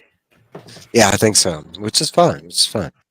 All right, so we'll move along to the next chapter. There's not a lot. Okay, so chapter 5, Speaker of the Suns. They make it to the home of the elves and take in the beauty of the home of the elves. They rest shortly and are taken to the Tower of the Sun. We learned before that the elves are fleeing Qualinest due to the dragons. They make it to the tower and we meet the speaker. Told Gilthanus tried to cause a revolt at Pax Darkus with the human slaves and it failed. The speaker requests that the group with Gilthanus try to do the revolt again. We meet Lorana, sister to Gilthanus and half sister, or adopted sister to Tanis, and that's where this chapter ends. That's where all the never mind. All that came but it makes sense too, right? It kind of describes how strained the relationship of Tanis and this family is to begin with. Because think about it. This guy, the speaker, Solostrin or whatever his name is. I couldn't actually find his name. I don't even know if we get his name in this book. It's Solostrin, the speaker of So we've got this guy who loses his brother in a war. His sister-in-law gets raped. Has a kid, dies, and he's like, all right, we'll raise this kid. But what a reminder of the people who murdered your brother and ruined, So even if Tanis hadn't, become romantically involved with his daughter, just the fact that he was ever there, he was like a constant reminder of this terrible event. So it was always going to be hard for Tanis to live here. And we also find out Tanis's real name is Tanthalus or whatever. Yeah. We're going to call him Tanis. We're going to call Gil, and Solo, and Lorana. Lorana has the longest name in the entire book. I also want to interject though, that all that was kind of from human side thinking, right? Because I agree with you on those levels, but like if we're looking at the elves, right, and we're talking about like beings that have way longer lives than humans, like I don't know if they'd hold the same like yeah, I don't know if that would hold, and They would I'm not hold saying grudges as long. exactly, and not to the merit because we do see evidence that the Seeker does still hold a grudge towards his human side, and that's evident in the book. It's not like I'm trying to contradict that, Yeah, they're but all offended by the beard. yeah, but I do find it weird that even though the elves are portrayed to be a culture that is long outliving humans, that they'd be boggled down by such petty like grudges and stuff like that, especially grudges over like, you know, a 20-year-old or 100, you know, something like that. We also get another cataclysm fact. We find Yeah, out we all do. the elvish healers vanished Yep. at the time of the cataclysm. All the true believers left, and remember, we've now met a character, Solustrin or whatever. We're going to call him Solo. Or Saul. How about Saul? So Saul, So he's been alive since before the cataclysm. He became a speaker shortly after. We learned that timeline, and this is a guy that's old enough to remember what life was like back when the gods still helped, right? yeah. And we see that it kind of reinforces an earlier passage by Tanis where, like, yeah, my people believe in the gods, but it's almost like they believe they're gone too. Like they mourn them, as Yeah. it's not like they honor them, but in a way that you would honor the dead. Dead. Yeah. Yeah, exactly. Yeah. And we see that here with Saul, because he's kind of befuddled by Gold Moon. Like at first he thinks she's just some prairie redneck that's waltzed in here, another charlatan, right? Yeah, that's Yes. saying that she can cast, you know, that she can heal and this He's and that. like, And he's listen, like, honey, we've got our own healers, we've got druids, we've got stuff, but nobody actually follows the old gods anymore. don't bring your barbarian ways, you know, in here, you know. And then he's like, oh shit, this is the real good faith. Another, just to touch on it, another Hobbit moment though, but we have the whole like, you know, when he tries to grab the staff kind of thing. Just to put that in reference, it's a brief little like, but I'll throw that in there. Okay, so I do have a question, and it's the opposite of what we were talking about. So at this time, we learned Tanis has passed, and where he grew up, and him living with the elves and the society, and we learned that he left due to his treatment in the elf society and due to his family and stuff like that. And due Okay. to the fact that he loved Gil like a brother, they were raised as brothers. But Gil's a guy who we've learned that Gil's primary focus from the moment we've met him is to his family and then to everybody else. Like people, he values loyalty clearly, but he kind of views Tanis as somebody that's broken that loyalty, you know? Well, my question is, after he left, and to the point that we know him, you know, where we are at this point with Tanis, why does he cling to their ways so much?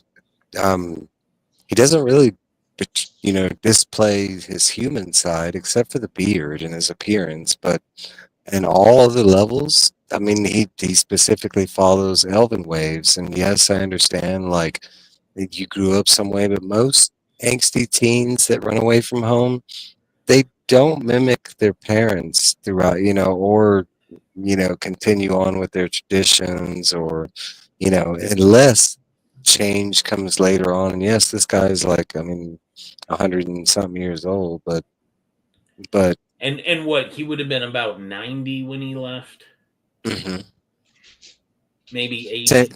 I think technically they refer to it as like a teenager elf, Yeah. Well, stage kind. if he was an elf, he would have been a teenager, but as a half elf, he was probably in his 20s. I want to say that the way like they, because the way he ages. I mean, the fact that he's older, He's almost in still. his prime right now.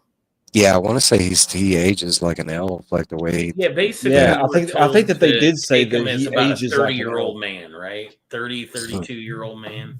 Yeah, because most of the group is either they're like 29. Because I think Stern is the oldest, and he's 29 And I want or something like. to say he's about the same age as Lorana, right? Yeah, I think all three is. Well, I think But Gilthon is. she's portrayed as a little more naive because she's never left town. I think And there's the majority of that has to do with he clings to his elvish side, because the elvish people in D&D, I would say more than not, are more accepting than the humans. Yeah. And then they also make the and who was he going to be comment that- raised by on the human side? The guy that raped his mom?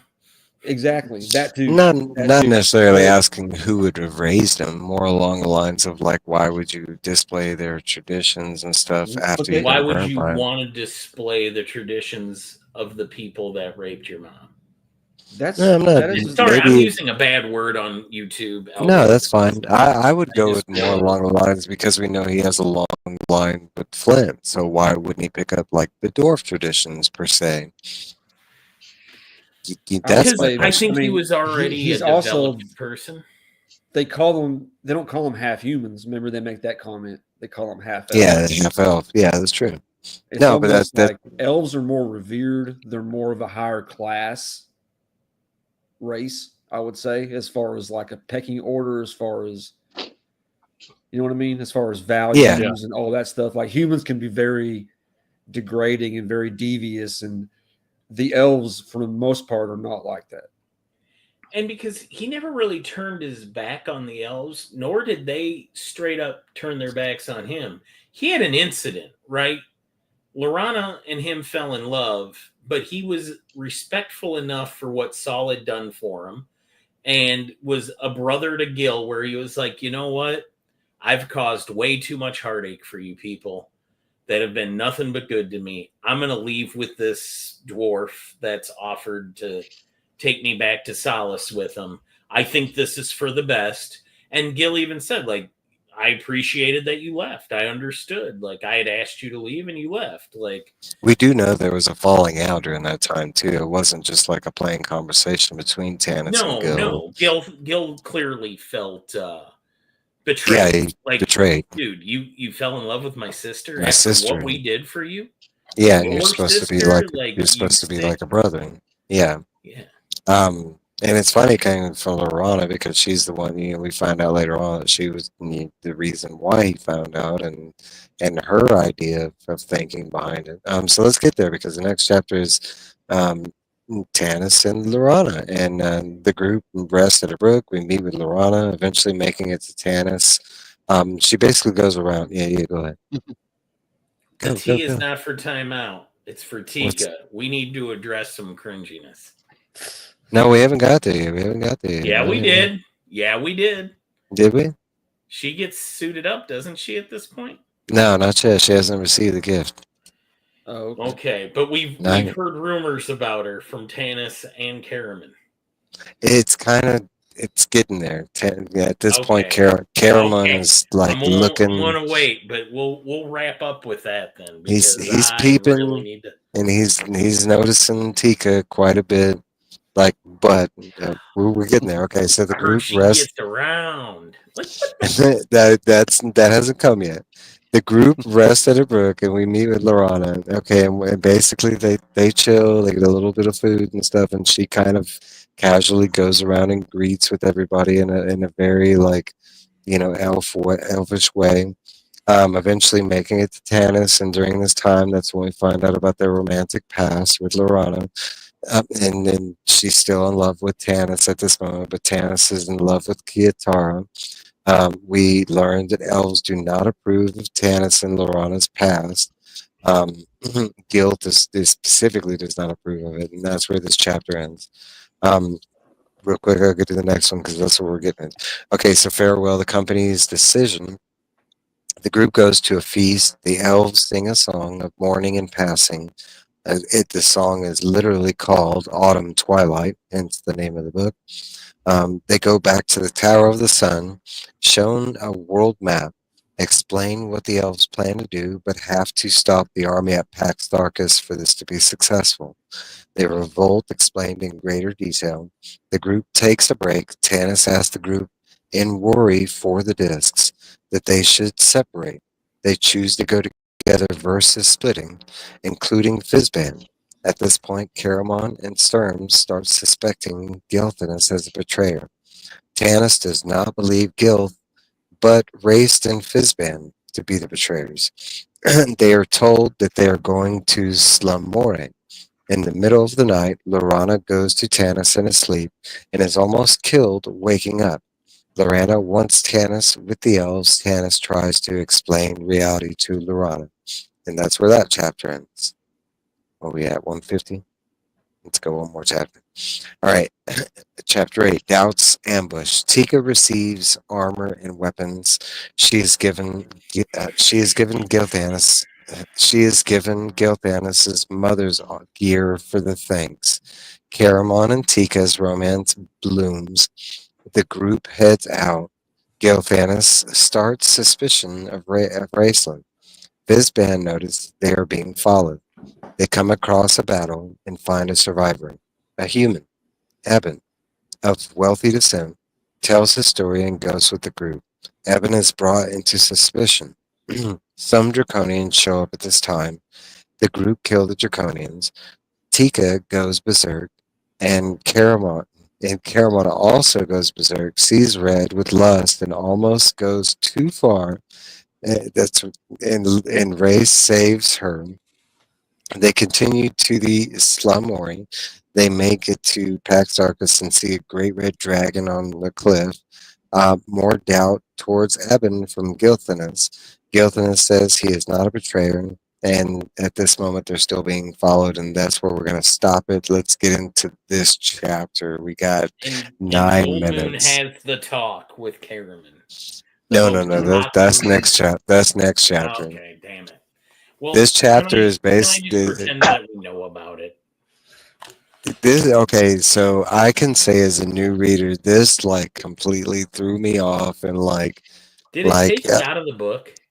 Yes, like I literally had to like set it down, and I was like, "What the f? Like why?" Like and like honestly, I had to go back and reread it instantly because I thought I'd read it wrong. Like I was like, "Wait a minute." Caramon literally just dropped everything and grabs this girl and like runs off and was going to take her to a cave or something like that. Yeah, we're just going to stop for a second. First of all, this rumor that exists about Tika being easy, right? This is what bothers me, is that these people, yes, they grew up in the same town she did, but they haven't seen her in 5 years. 5 years, yeah. And it was established that when they left, she was still what you would consider to be a child, right? She was like 13. She's basically she's like 18 or now, 19 at 19. Point. She's 19. Yeah, now. she's 19. That's right. So she was 14 when they left, and a sweet kid, right? Yeah. Yep. A sweet but kind of bratty kid that had the hots for Caramon. Now they're back, and what? They didn't go home. They didn't hang out in the town. They went to the Inn of the Last Home for the purpose of meeting up. Almost immediately got adventures, but no less than Tanis. Is it hinted that Sturm's heard the rumor too? No, I think it's just Tanis and Caramon. Just Tanis. Yeah, just Tanis and Caramon. Caramon said, "Oh no, I've heard about her." Yeah. Oh, okay. When did they hear it about her? Did they? Okay, so my thought. High sorcery. No, my thought on that was that they heard it that night that they first went to the bar and they first met Tika again, because there was a whole lot of conversation we weren't privy to. So the way it read to me was it had to have been in that situation because How would you have he. gotten the goss Okay. so Oh, quick? It could okay. have also just been a point where two guys going, "Hey, I heard she's really easy to get." Yeah, I Okay, did too. because Kind of thing. for context, Caramon's not aware of her presence until like they meet her in the bar because they do that whole game. Like, can you guess who this is? I bet you can't. And then remember, they all lose. Okay, so maybe Caramon's heard the rumor. We are privy to all of Tanis's conversations. We are. Oh, okay, we are because So we where did he followed hear Tanis. it? Okay, so like you have to imagine there's conversation during the quest as they're going, and maybe it's said at He one says point. Some he's small heard town, the they're coming rumors into in town. town about her. Like the next town over. I want to say it either Did he goes go either to the way. bathroom and it was written on the wall? No, Yeah, I go with that thinking that this is like high school jock like talking, and he's just spreading the rumor himself. That's because we get this situation here when he goes berserk, she goes berserk, and he tries to run off with her and make love with her into the woods. You know, like I want to say it kind of leads to that kind of thinking because when that happens with Caramon, the battle's already done, and he sees the way she is, and he literally goes berserk a second time, and like the whole world shuts off. He doesn't see any. He forgets where he is. He doesn't even know that they're still on the battlefield, kind of thing. And literally, if Raves hadn't touched his shoulder and like pulled him out of that world, like I mean, literally, he was living in a world with no rules, no, like he was gonna do. I mean, that's why I said caveman style. Like he was gonna bonk her on the head and just have his way. I will say that we haven't got there, but I do like that the book kind of addresses this, like and you kind of hinted at the whole Gold Moon conversation, and that's how the book does address this conversation, like in a form, right? Because it goes. I thought it was going to be a conversation about like, hey, that's not appropriate. You might want to like get a room, give her a rose, I mean, then that's not how the conversation goes. It's more like, hey, she's a girl, like those yeah. I mean, rumors you that heard. reminds me more of D&D. There's always one person in the party that's always trying to There go off is. There's and do their own always thing, stay at the bar. that. You're like, okay, Yeah, come on. I want to get drunk. I just want to get Yeah. drunk. Where are the girls at? Anything else before I end this, and specifically on the last two chapters? That I know it's a huge thing, but this whole like, I want to say like at this. Okay, so for me and the new reader, the first book, they do an exceptional job of like twists and turns and keeping you guessing. Yes, there's some stereotypes, some tropes, but as far as like the winding of the road is fresh and new, especially if you've never read anything like this. Okay, but book two is for me, it gets a little predictable, especially, and I kind of mentioned this to Trev backstage with the whole like betrayal thing set up and the way it's done in such, I can't say it's not done in a realistic fashion.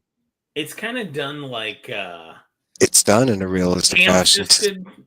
Yeah, it is. like Yeah. It's done. Of like just bursting into a room, flailing your arms. Yeah, because all of a sudden it's like, and it's funny how it's presented because it's presented like it's not presented at all until you get to this chapter. The beats are there if you're paying attention, like in the bar scene, the way Gilthanis approaches them, the beats are already set up for you, the reader, to start suspecting. Okay, but then it gets to the point where it just outright, like, like what? Who really suspected Gil though? There was no motivation for her. Why would he betray? No, that's what I'm saying. Like, but when we get to the Eben part, that whole like his whole scenario, like it's set up in such a comical fashion, like that. Like the whole book is trying to get you like to guess who the betrayer is between these two new characters, and not once am I like, yeah, I don't really think Gilthane is like. Yeah, it always came up that it was Evan. Like the way they meet him, the way he comes off, the way he disappears, and like there's never a moment where it's like clearly a cop. Yeah, You didn't think it was Fizzband? No, honestly, I Guy who didn't. argues with trees and can do what And it's funny. The book keeps pointing at Raceland, and not once did I think it was Raceland either. Like, even though not only does the book point at Raceland, but the group does too. Like, like to the point where Tanis is like, "No, I don't think it's Gildan. I think it's you," and he specifically points at Race, and then has to apologize to Karam, like I think they know that Raceland's going to do whatever's good for Raceland, so they kind of keep him at arm's length. I just don't understand why Evan wasn't like more suspect by them. Like, hey, guy, we just met. We'll take you at your word. Okay, so I was gonna wait to get there, but like, okay, so here's the thing about Evan. His intelligence has nothing to do with this because he's being led. Like the whole scene was set up by somebody that supposedly has a greater intelligence, And we find out later that his whole step, every single thing that he said, is a script that he's reading from his master's tongue, right?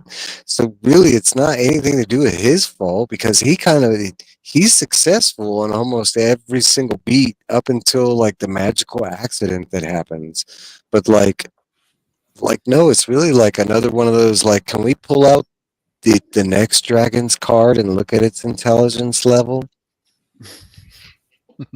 Can we do that? Do you have his dragon card? Do you have that? Who do you have? Who is it? It's what's his name? Huh? The red one. It's yeah. Is it Ember? Yeah, because honestly, and I know you want to believe it's Evan, but here you go. I did tell him. Evan's just following orders. Like even the whole scene with the setup with him. Intelligence check. And I'm just like, this is what you're trying to convince this established group of, because at this point we find out that they. Oh, I was like, that's Naruto. I do remember that card. Intelligence. 16, exceptional 16. Oh yeah, yeah. There we go. I don't know about that. Difference between a 9 and a 16. Oh yeah, 9 is stupid. 9's actually a negative. You get a -1 for a 9. So whenever he's doing any kind of those checks or something, to the 9, because literally everybody was like, dun dun dun. Right? No, but like, okay, now that I'm thinking, okay, wait a minute. Now that I'm thinking about it, like, who did more? Like, yeah, we have more scenes with like the next dragon, but like honestly, the first dragon actually did more. I mean, he actually killed one of them. Like if it wasn't she. Oh yeah, she. I'm sorry. She melted Riverwind. Oh, I think the next one's Pyro. Sturm Brightblade. Now, what's it say on the back for a pizza party? It gives you the number to 1-800-Pizza Hut. Lawful good. Yep. Will invite you to a pizza party. Yep, it's right there. 74 hit points, level 10. All right. Let me tell you about my savior. This is second edition, though. There's like 4 classes, so everybody. You get a knock on. I'm gonna do that skit. You get a knock on the door at Sturm Blackwood. Can I tell you about our Lord and Savior? Can I show you my cancelable? Yeah. Dude, we had a guy in this last campaign we just finished. He was a freaking cleric of Helm. And he would run around every single scene. He'd be like, praise Helm, praise Helm. I'm just like, shut up. But see, that's kind of lame. Now, if he was like renting rooms in taverns and providing refreshments and then ambushing people with a presentation. Trying to get them to join his cult. Dude, he had people in the streets. He had like a freaking cult going for him. He's explaining. But like, I just remember the first time I went to a pizza party and I was like, oh, I've made a mistake. Like 12-year-old Mike is like, okay, this isn't about pizza. Like I was all excited because I was like, oh, I didn't realize this guy liked me this much. Like he's inviting me to his party. Oh, it's at a church basement. Well, maybe his parents just rented like, oh no, we're here to talk about God. Our Lord and Savior. I remember you got like a ticket to get in. Did you guys have tickets at your pizza? No. Like you had a ticket and it was redeemable for like 2 slices of pizza and a glass of soda, and then you had to sit and learn about God. Now your scenario sounded almost like mine, and it started over something similar to this. I was reading like the Two Towers, and like this cool kid that like never had talked to me before walked over to me, and he was like, "Hey, you want to come watch like pizzas and movie after school?" And I was like, I wasn't doing anything that day, so I was like, "Free pizza? Hell yeah!" And like, no, it was like in this like gymnasium looking, like in a school gym, like, and they had pizza. I got the pizza, and then they started like the movie, and it was like, I want to say it was like the Ten Commandments. So I was like, what the hell? And then like they like they just had the movie on like the loading screen because this is VHS, so it was just paused. Yeah, and that's when they did the whole sermon and then the whole gotcha. Yeah. And I remember this point of like, I was disappointed because I had not been very successful at making friends at this point. And I was like really excited, like maybe it's finally happening for me. It's like, nope, I've just been identified as You've just been duped. Convert to a religion. I will say I laugh about it now, but I was kind of sad about it then. I will say I had a really good time at that pizza. Even though it wasn't bad, but I was just like, oh, you guys don't really like me, right? As much as you want to convert me. All right, guys. Well, we're over our 2-hour mark. It's 2 hours and 5 minutes. I want to thank my panel here, Tony, Highbolt, the second, because he can't be the first, but Highbolt Becker the first. There you go. No, and then my dude Trev, Mr. Matt Woods over there. This was fun, but evidently it's going to be a part 3. So in 2 weeks we'll be back to finish off this book finally. Because we still have a good distance to go. I want to say we still have a good, I don't know, maybe 10 chapters left to go. And the fun, yeah, and the fun actually, we actually stopped at a really good spot because we have 2 major, basically, dungeons to go through. But everybody that tuned in, I want to thank y'all for it. Even if you stopped in for a second, if you're watching this on the rewind, let us know if we've missed anything that you feel like you want to touch on. Let us know, or maybe questions of your own. Question for the panel for the next episode, that kind of stuff. But guys, I want to thank y'all, and that's it. Y'all have a good night. Bye. See you.